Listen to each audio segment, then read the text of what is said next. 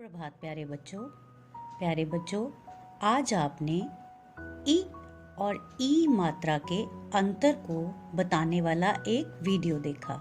मैं आशा करती हूँ कि आपको सबको ये वीडियो पसंद आया होगा।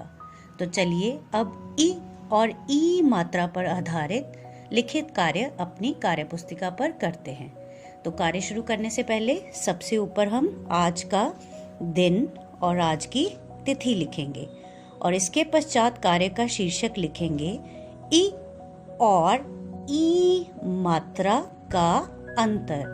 बच्चों, आज के कार्य में हम कुछ शब्द ऐसे लिखेंगे और पढ़ेंगे कि जिनमें आप देखेंगे कि कैसे एक मात्रा लगने से उसका अर्थ बदल जाता है। जब ई की मात्रा होती है तो उसका अर्थ कुछ और होता है और जब हम उसे ई की मात्रा में बदल देते हैं तो उसका शब्द का अर्थ बदल जाता है। तो चलिए अपना कार्य शुरू करते हैं।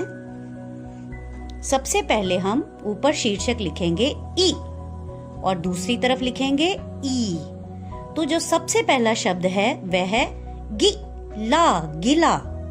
और दूसरी तरफ जब हम ई मात्रा को ई की मात्रा में बदल देते हैं तो शब्द बन जाता है गीला।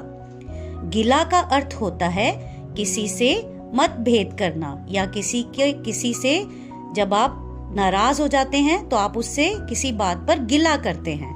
और गीला होता है जैसे यह कपड़ा गीला है। अगला शब्द है बिन और मात्रा बदलने पर शब्द बन जाता है बीन। बिन का मतलब होता है जैसे कि हम पानी के बिन नहीं रह सकते। उसी प्रकार से बीन एक म्यूजिकल इंस्ट्रूमेंट है जो सांप पकड़ने वाले सपेरे यूज करते हैं, बीन। अगला शब्द है पिता और जब हम मात्रा को बदल के ई में बदल देते हैं तो शब्द बनता है पीता। पिता हम बोलते हैं फादर को और पीता का मतलब पानी पीता। मैं हर रोज सुबह उठकर पानी पीता हूँ। अगला शब्द है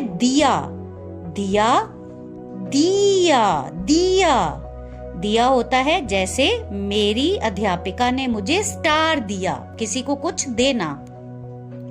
और दिया का मतलब होता है दीपक, जिसे हम दीपावली पर अपने घर में जलाते हैं। अगला शब्द है पिला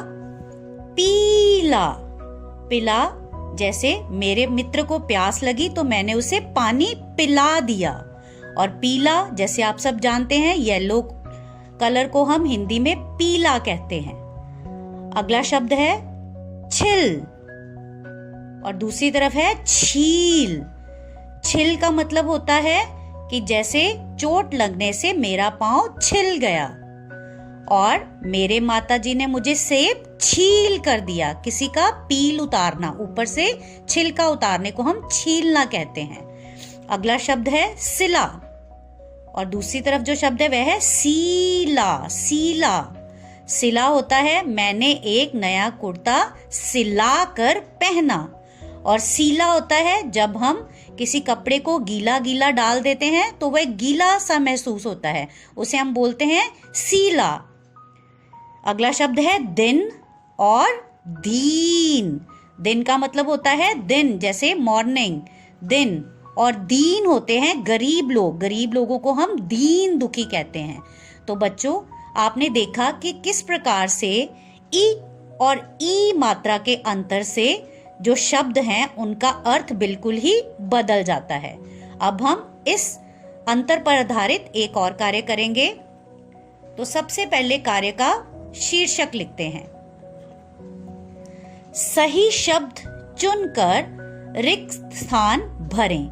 यहाँ पर आपको कुछ अधूरे वाक्य दिए गए हैं और उसमें आपको 2 शब्द भी दिए गए हैं और आपको देखना है कि इन दोनों शब्दों में से कौन सा सही शब्द है जो इस वाक्य को पूरा करेगा। तो चलिए सबसे पहले वाक्य पढ़ते हैं। अनिल बाजार जाकर डैश लाया। और जो आपको विकल्प मतलब जो ऑप्शंस दी गई हैं वह हैं दिया और दिया। अभी आपको मैम ने बताया कि दिया का मतलब होता है किसी को कोई चीज देना और दिया होता है दीपक। तो बच्चों, अनिल बाजार जाकर क्या लाया? दिया लाया, शाबाश। तो अब हम यहाँ पर लिखेंगे दिया, दिया, दिया मतलब दीपक लाया।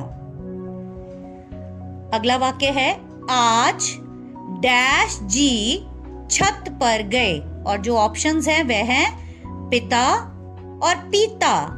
पिता हम बोलते हैं फादर को, और पीता का मतलब पीना, किसी चीज को पीना। तो आज कौन छत पर गए, पिता या पीता? शाबाश, आज पिताजी छत पर गए। तो अब हम यहाँ पर लिखेंगे पिता, पिता, पिता।